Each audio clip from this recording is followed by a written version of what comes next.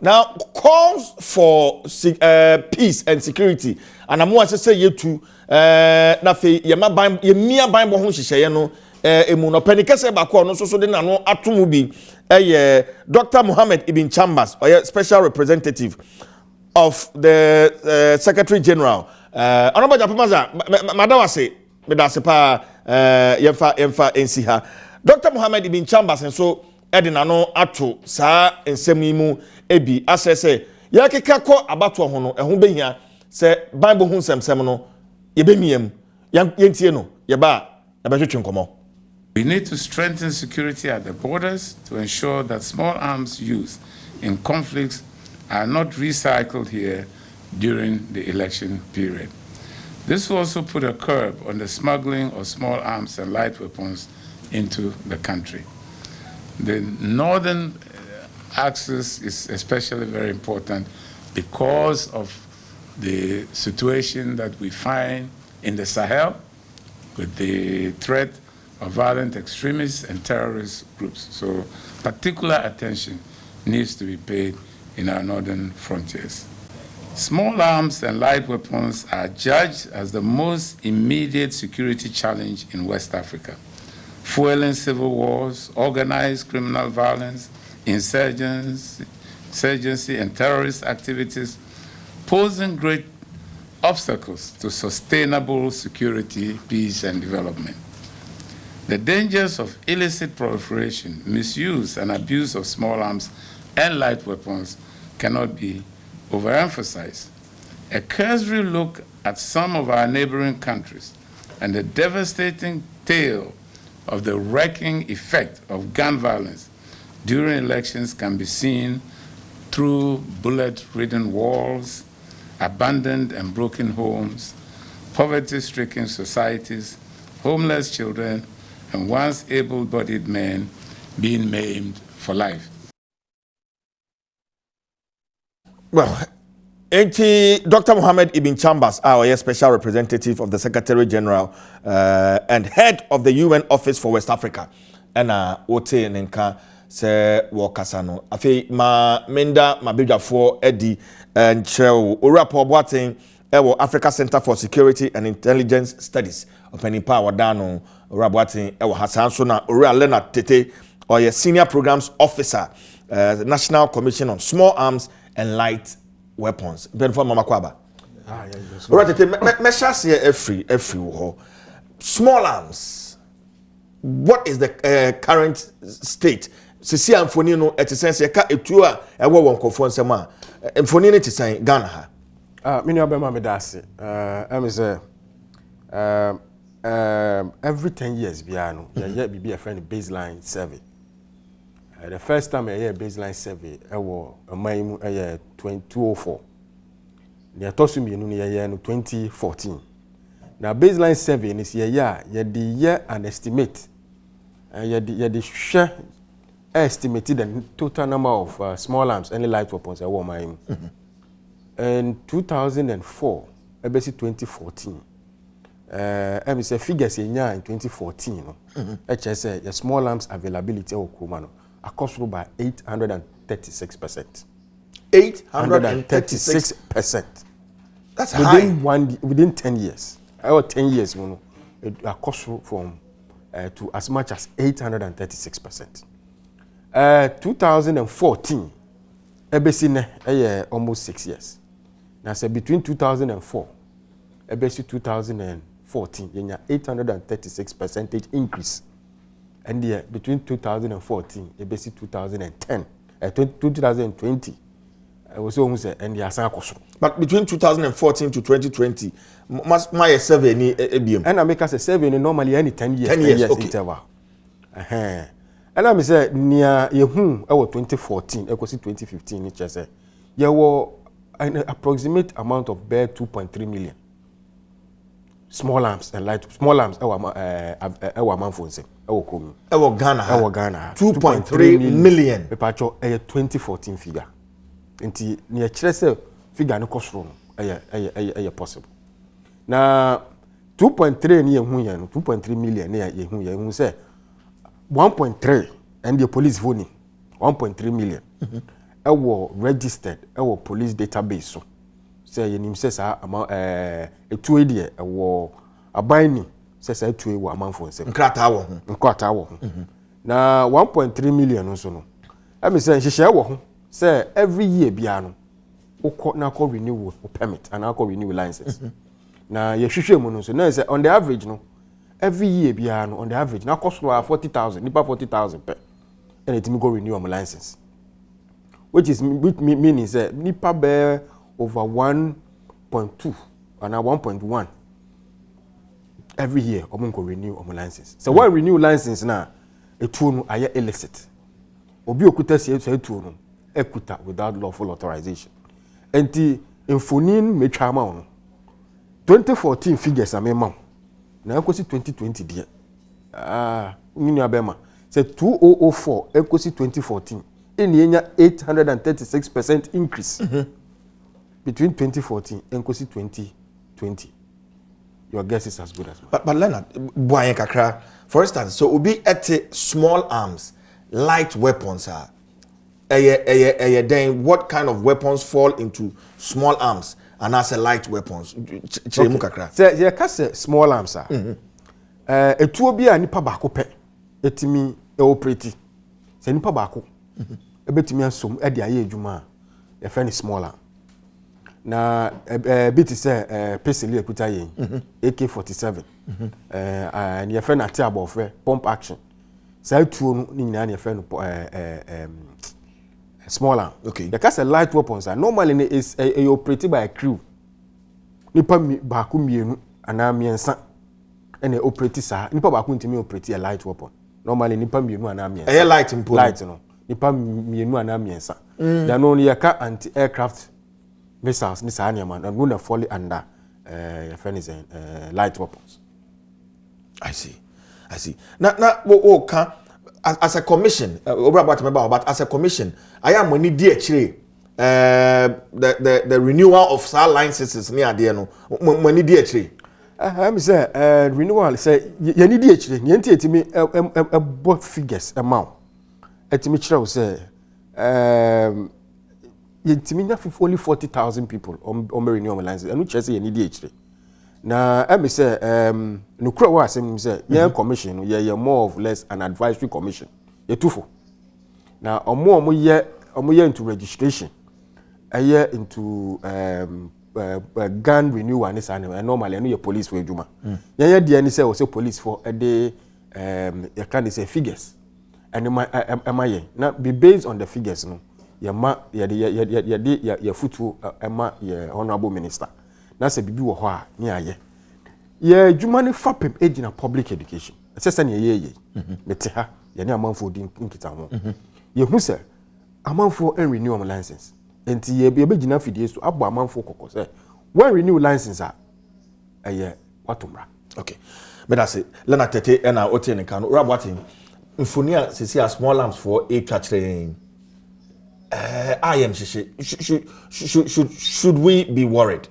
Rabwatin. Mini anedika ma menchia yahwefo ne omo mutie ayade a hadwen ye so asem we medical no maka che I think 2 months ago the statement be by na wutie na asem na wokana ne awerhuwom ne se ayete se sebe eni akwanya bi ebetimi reduce se ne be ya arms no nkonko nti wuta atu ya wose or expected figures no be den ebe koso ade ntina was a basa ka wasanke nya kwanya na 2004 2014 ka ebia na nkan kas e kosoro 800% this time ya yadwuma den ti nke expected but was e be kosoro nti e was e wa wutie no bia no wo yam hyehyew wutie na mkyere na say if you say etuo ya de bia e ka woni pansa onya tumi foforo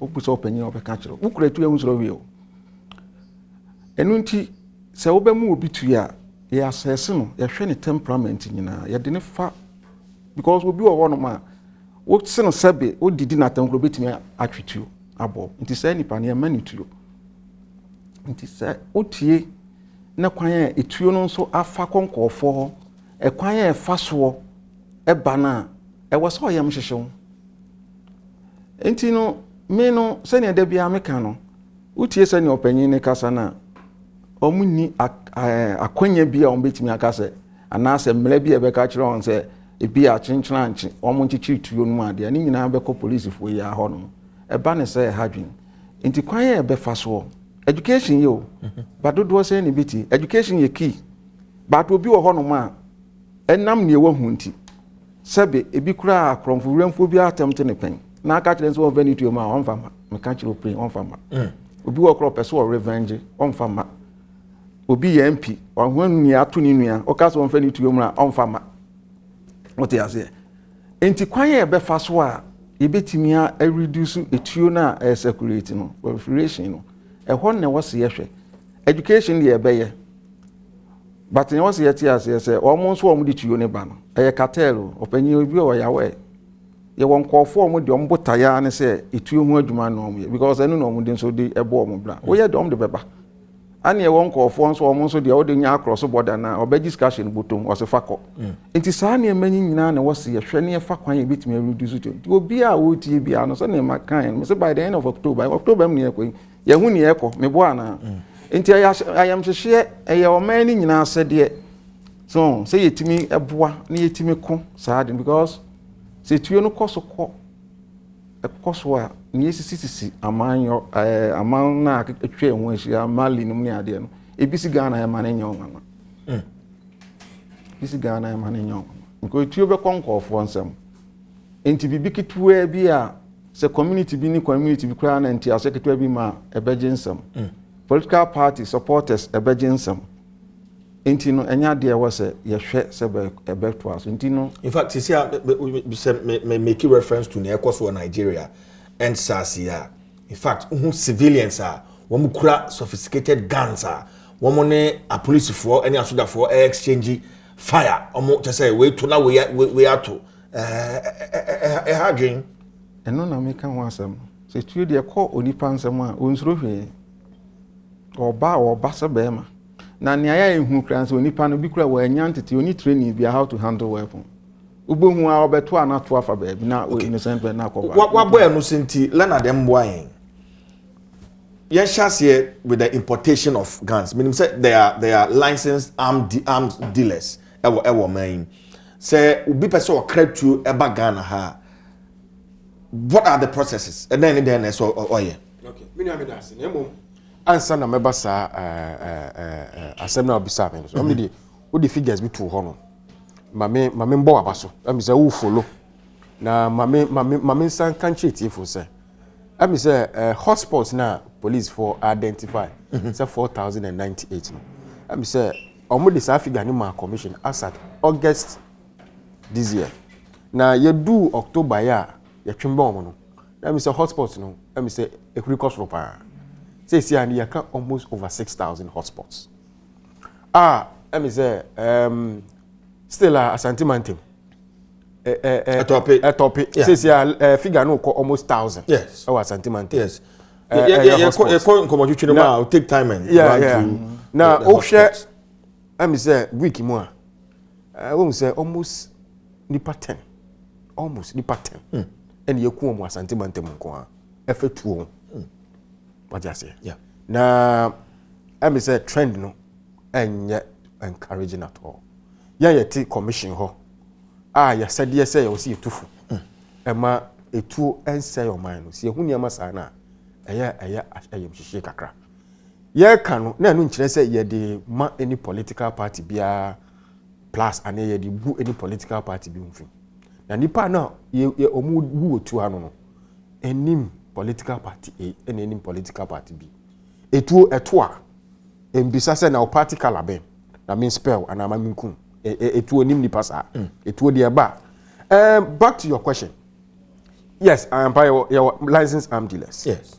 Na obi person or kra etu oba omanima obetro letter akoma honorable minister for the interior. Honorable minister for the interior nkwan na won ho kwan say oma license and oma permit ma odi tu oba. Oma permit na obema obekira wo hye won. They be a permit for 1,000, 2,000. weapons and one no say honorable minister no ma obi enu kwan so be bisa won asem bio is a finality on its own you know nipa no and also adeba obedu port on ma say customs for nyom behwe and they say ukrata ya dey ama permit honorable minister for interior e dey ma wen wo dey sankranta ni na chira and one see ama kwan wa clear to na wo dey akọ either private warehouse and as public warehouse. But for the vigilance of your security for more port and pistols 436 and say almost season water my port and ebeba be rim of course quite apart from no when be adwene say bebre wo ha wo mu na ya concealing no container nim na fe yi de aba it's worrying. I mean, it's worrying. Yeah, as if me say, Ghana for any you. Ghana for any edit to Yibaw. Na ye nim ne two betimi aye. De bia ye kase ye mpese ye beko. Ana ye sisi wa amama nso no bi besi wa Ghana ha. Na so ye Ghana for ya ne edit to Yibaw. Na ne to ya sa for na 36 year ewu. Ebe surprise you ana ebe won wa say if roman bi so na be du ha o. Ama efiso no say to no yenye say to no Ghana enti ayetu a foreign weapons if you foreign country na say na 2436 BT foreign security ebedu Ghana Ghana security service dey timi hu ya na so che say Ghana security services no even though ya wo gaps kakra no ya boy ya homodin na most of the time no so say animal we nyina ebesi a intelligence and a tip off enti na yakede bia kacha manfo se ya batuo ho asem ana security a enjina yenko aso se munya mu information na mumbo ya sutire ana mun kan kire yen na quickly no na moving in na ensi ano sa 436 weapons here chiwo temapoti unim ni 436 weapons betimi aye wokuwa mame mo a typical example over president convoy minji ndi se soldier for ni police for omobon ho ban ebedu 436 na se nipa 436 ekuta sa weapon ya they can easily confront the president security I know they are worrying pistols these are very sophisticated pistols na ni kwan se young Ghana for yetina se ni yehwe amanfo omudi to eba oman ebe sei yasumdwe I was say Ghana bia who say personal responsibility I was say onyina ye you make sure say nipa boni ni bi opese odi to bakroma because pistols nipa bako is one on one pistol obetima import pistol bako pe na betima ade aba in fact arm dealers krampo no ye arm dealers omo kroma no emrane mom ho kwan so omo import pistols ba so opese pistol omo emrane mom ho kwan pistols no ye from weapons of precision and weapons of precision no and no who individual you say wo he obetima aga so me pistol and a weapon of precision obetro letter akoma honorable minister for interior honorable minister for interior be ma permit to import only one ba ko pe okay to import but some person okay my identify arms dealer be am person me koto sell to no on what are the process already watching some person me import to the bar but some organ say me ti here na so arms dealer bi wo ha na wo ha person me koto tua then say me okay first of all arms dealer bi eni ho a owo ho kwan so oton person let me put it on record arms dealer bi eni ho owo kroma so owo so oton weapon of precision. Open weapon of precision a only minister for the interior and a bit mama who say o importing bra. That's the first point. Now, the category of weapons are weapon dealers ni bit importing a pump action, single barrel, double barrel. These are the category of weapons are arm dealers a bit mediaba. Now the bar unko arm dealer ni honom. Obeko police station. The nearest police station are arms clerk wall. And your police station is in an arms clerk wall. Into Bishop the nearest police station jurisdiction no wako arms clerk ni ho no any arms clerk na kudin kitan arms clerk no say will take you information fail form no take you information. Are there any background checks? I was say arms clerk no yes some checks but checks no it can be improved on Menkas a pepper. Currently, checks ben aya omoye call for improvement. I say ni pani kwa. Say at least we ni pani be din nkita ho. Denti na wo pe so denti na pet you. Most of them obeka say obi a me de koye bomofo. And I me de koye hunting. Me de koye sports. And I me for personal protection. Personal protection na most of the time a doso. I was a police ni no tutu anu bio. Police for also ya mom titi arms clerk na mom titi on what they should and should not look out for. Now, yeah, mrano actually say was any pa opetu biano or quita certain minimum qualifications. First of all, was any pano 18 years and above. I was any pano what the means to procure the weapons. And then number 3 was any pano na dream. Thank you. Adrenaline na kameba hono because adrenaline is very, very, very key, Leonard, because we always hear in the news. Oh, asem kakra bi na CEO no wa treat you. Oh, drinking sport here no monsana argument kakra bi ba no wa treat you. Ten no wakum nipa da sani.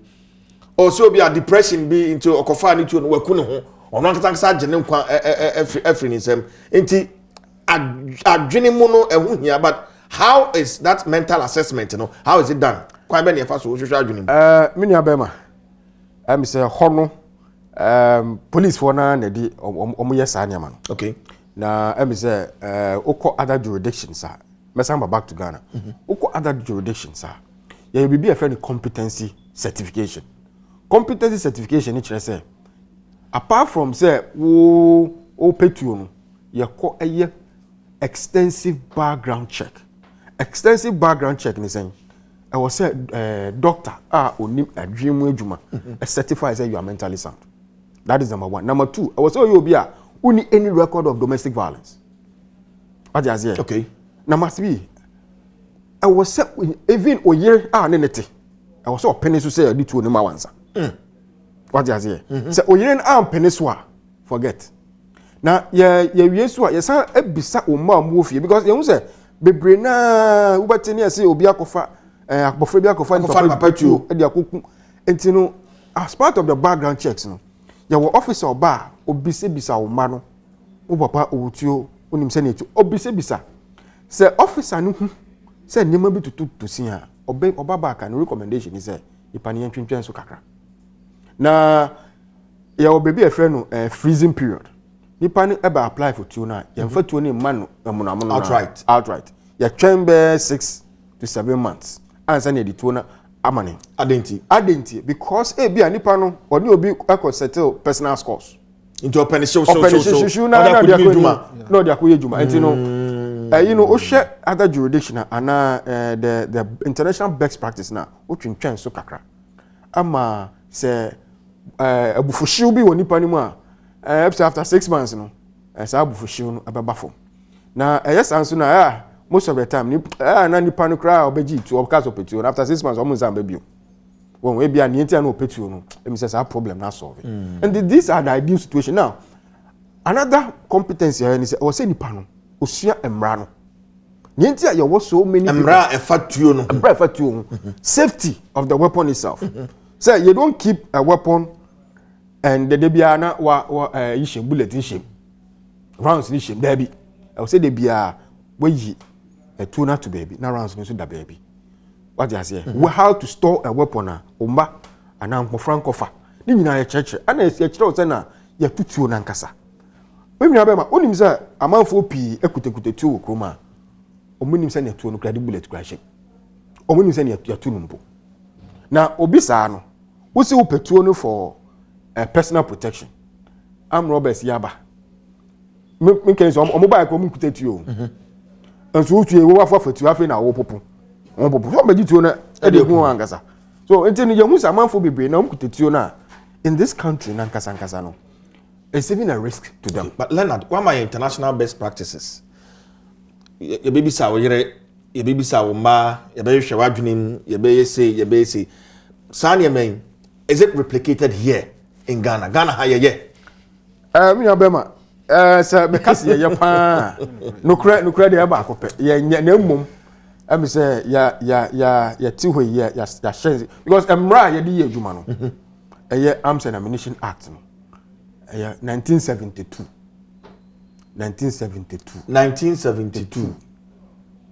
enu ene emra na edidi djuma and 1972 mra die mini abema wani we am not a prophet of doom 1972 anamo bia say amendment bi ye tu sa na mo because ye hu gaps no emma etu nsem no to sin kakra wo man that could possibly be the reason why ammunitions no kwa na kosro from 2004 to 2014 figures here the mine me patch o share all the reports ni ma every report be our recommendation na your report ni recommendation ni ade bia edimu ntintiman and say emra no ya mra pon ni ade hwe arms and ammunition in fact I will say do hujuma 204 there no it feature prominently 2014 there so it feature prominently answer enya no kwa I mean say ukọ yes international best practice my main international best practice no bio international best practice bia no ya wo a 3-tier system ni say ya wo a minister or a supervisor what I say or your politician decision around arms bia no onu no take arms ya peumpo a politics. It's political decision. Cobia, US, Russia, arms are political decision. So I know dear, I would say they a political person who is there as a supervisor. And say you are regulatory institution, regulator, and your enforcement. Ghana no your supervisor and your enforcement. Baby I have to see any regulator and no any problem. Security expert. Mr. Barton. Chirechiremu ni nyina no achirechire no. Achirechiremu perfectly. Na nam kama pe wo report 2019. But me check UN. Em say my last report am the 2018. Mo fa bi nko ye. Maybe sana. Yetia 2018 and 2019. All can report as an can say recommendation. Eno na ma wo hu ne wo betimi aye. So, any may here. Sabino na atwetwe na ase ani nyina omutimi state into no pressure from international community to create me babino so mo dey adwuma. Brena ewo mu no regulatory body na work an ehia ma o man no. Unsem ka so mo ni authority bi o betimi akose yenhwehwe. Obi busa am say e be dey na agigituo no. Na mo ka kire on say wumi a ubusa me ye ma mitumi nsam nyigitu ye ma mitumi nsam nyigitu ya metumi ahye bia o man say within 3 years ni betumi reduce tu ya 1.4 to bia 85% ye betumi ejina niema ye de begu ba woni tumi na wo de koye na hwan atu na wo betumi akwa but about sometimes we declare amnesty obeka hwan say amnesty small arms something me no can me ka tro say no anya dwuma busa no say do say na yom de ba if you say onipa na ono no what did you remember? Obi a bet threatening life, e woni fie, and now our tries or by ambushing with realm, baby. Into a 2 year was one family amnesty no sabe. On fait to no man will be so and funny their man attack. And yeduma. Education and on beye, but one we need to me, ya de beji to you no. What has here? And no ni idea, I was a buying share. Now, Obama only penny to me so the beji to you no. No man I can't hear. Medical can say, or council can say. It's only your politics. Your political will near the constant. Medical so can move here say political leaders are all memuhano. One more threat, yes, will be lose election. It's not about security. We need election and the next threat our person will avoid there now prevent saying happen say will be lose election. Into a say on here 5 billion or the baby winning election obey. But you have 5 billion see and fight small arms near your own yet. Onye yes ye ni nipa omo betimi omo be yadwuma omo betimi ayadwuma yes ye ni bio ye wo bi ba political will ni no enye NDC na enye omo mienu nyina apɛ onzo okasa since 1972 enti wo mu nim NDC ni MPP omo ababa so nyina sa issue awo saa enti wo mo nte omo nim se namtu omo nim se namtu so na ma o man sai but en sabe enye o masam pa mo present budget say yen fan ko so on be ya Robert akwai say yen hunu bibi pen wo man yi muti na say yen hyede ntu ana mo no ana sa pepe yen hunu bibi pen yen hunu bi ye fin so Ghana de wasomdwe Ghana de ya wasomdwe but e wo limit o e wo limit wo hwe ewiase ne se ne level no edru na medical kasa hoho dodo na besrayen o ma beka ha o musu ban boni bebre o hwa yemrant wa na esu ene social media da roma hweni esi wo Nigeria ni ade wutie comments a emrantie ni bi ka e wo Ghana ha no medical so aka say your research na ye in 2009 kire say emrant wa na mpe politicians na so o mo mpe asofo no even police for mo mpe o masem enti just imagine say BBC a ye nyina ye nim yesi Burkina Faso Biscampol before so work similar trend e Sudan e ba Mali e bobo ba wo Nigeria e beties Guinea e beties Ivory Coast Ghana ya hwe ya na ye di so enti tuo won kofo nsem a de ne wose ye tama me kan sa asem no sa che me boa 2 months ago the same thing na hwe nsem am kan no na e benche Dr. Ibn Chambers so akeka no so say ye serious nation country say nye pese ye konsa na ma na de enti na wose ye so ntwen so de enti na wose ye twentwen so ma mentwa me ho sima na yentoa dwumadie no social no so na wotwe dwumadie so nie on your elections headquarters ko promote pa medin the chief Jerry Forson yaba